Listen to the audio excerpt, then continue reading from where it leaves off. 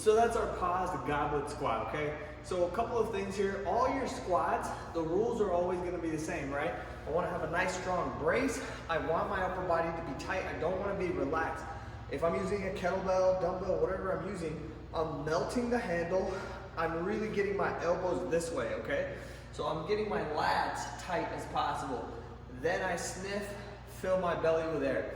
Now this whole thing is tight as possible, right? Because when that's not happening, what will you see? You'll see butts coming up first and then you stand up.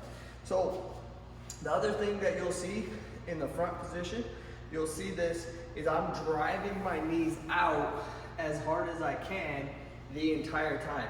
I don't want them to come in. This helps add stability to the hip, right?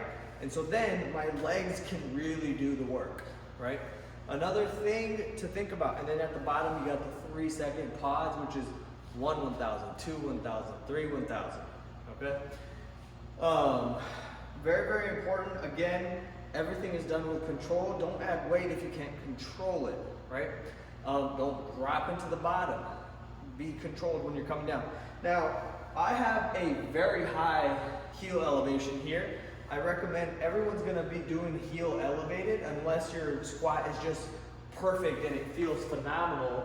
But most people will either be using like the piece of the mat, which is about this thick.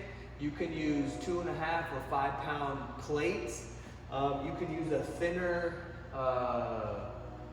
plate as well, so like a 25 or a 15. But the reason for this again is it gives me more of an angle in my shin, which will allow me to get into an even deeper squat and make this more comfortable on my hips, right?